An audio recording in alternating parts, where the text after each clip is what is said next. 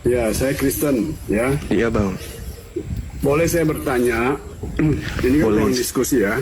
Iya silakan. Begini, saya punya pertanyaan dan saya juga tidak mendapatkan jawaban ya di dalam perjanjian baru ya.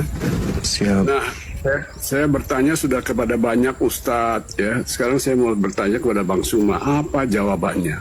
Begini pertanyaannya. Iya. Kalau Allah itu maha mengetahui atau maha berilmu, ya, kenapa dia menjadikan manusia itu katanya sempurna, tetapi buktinya manusia itu bisa jatuh dalam apa kata dosa atau kesusahan, pertikaian, ya kan?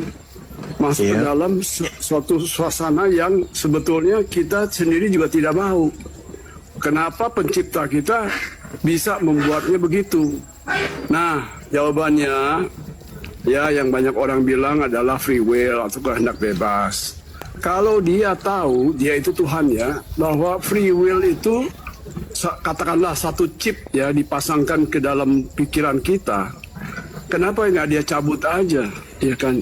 Kalau tahu bahwa chip ini berbahaya, berisiko, membuat dia marah-marah, membuat dia membuang ciptaannya ke neraka, ya, membuat dia marah, dan manusia sendiri juga susah gitu. Ya gara-gara adanya free will itu. Maka saya bertanya kepada Allah, kepada pencipta, ya, kepada Bapa, ya, kenapa engkau yang maha tahu, kalau tahu free will itu berbahaya, jangan hanya bilang jangan. Jangan bilang jangan kau makan buahnya. Tetapi janganlah sampai ada pohon pengetahuan baik dan jahat itu. Jangan sampai manusia itu punya kehendak bebas yang akhirnya Tuhan sendiri tidak mau bertanggung jawab. Kalau yang bagus dari Tuhan, yang jelek itu dari manusia. Ah itu, jawab. Terima kasih. Iya baik. Jadi yang pertama saya ingin mengatakan begini. Suka ataupun tidak, ikhlas atau tidak, senang ataupun tidak, terima atau tidak, kedudukan kita ini makhluk. Kedudukan kita ini ciptaan. Di ufuk yang berbeda, Tuhan adalah entitas tunggal yang absolut yang tidak bisa terintervensi oleh ciptaan. Makanya di Al-Quran itu diterangkan surah Al-Anbiya ayat 23. A'udzubillahi minasyaitonirrajim. La yus'alu amma yaf'al wa hum yus'alun. Allah tidak ditanya, Tuhan tidak ditanya, mengapa Tuhan begini, mengapa Tuhan begini. Tetapi kitalah manusia yang ciptaan ini yang harus ditanya, kenapa kamu tidak melakukan perintahku? Kenapa kamu meninggalkan titahku? Kenapa kau melakukan laranganku dan seterusnya? Bukan posisi kita bertanya, kenapa Tuhan menciptakan, kenapa Tuhan begini, kenapa Tuhan begono dan seterusnya.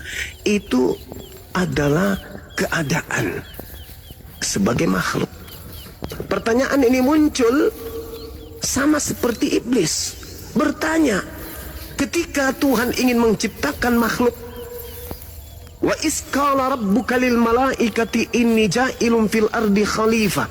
Wahai seluruh makhluk langit, aku hendak menciptakan pemimpin di atas muka bumi bernama Adam alaihi salam. Protes kemudian mereka yang terdeteksi pembangkang. Kenapa? Protes dia. Ini sifat iblis. Sedangkan makhluk itu ketundukan. Jangankan untuk bertanya kepada yang menciptakan kita, kenapa kau menciptakan kayak begini? Sekedar untuk mengetahui saja bahwa kita hendak diciptakan dalam jenis kelamin laki, perempuan, tahun sekian, lahir dari seorang rahim wanita bernama ini, bapak namanya ini, itu kita tidak punya hak.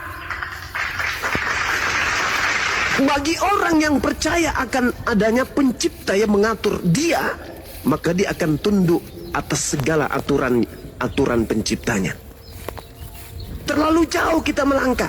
Kenapa kemudian Tuhan menciptakan harus ada pohon baik, harus ada pohon jahat?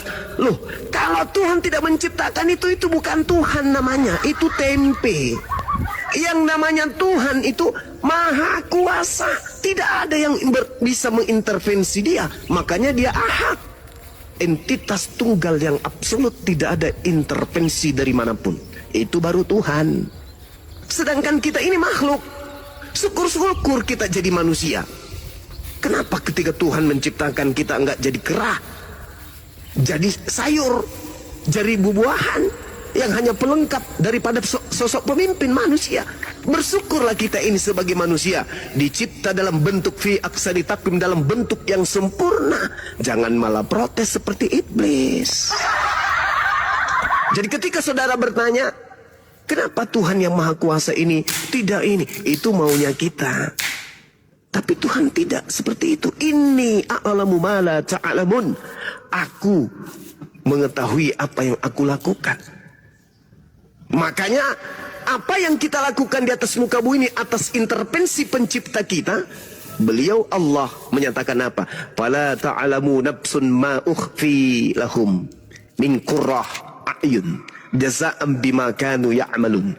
Maka tidak seorang pun yang mengetahui apa yang disembunyikan, yang dirahasiakan, yaitu bagi mereka bermacam-macam kenikmatan sebagai pembalasan yang menyenangkan hati mereka terhadap apa yang mereka kerjakan di atas muka bumi ini. Aku Tuhan sudah menyiapkan segala macam kenikmatan, kebahagiaan yang tak bisa kau pikirkan dengan hatimu, pikirkan dengan otakmu itu. Saking nikmatnya, saking bahagianya. Harusnya ini yang kita kejar. Karena biar bagaimanapun kita protes, kenapa. Toh kita sudah ada jadi ciptaannya.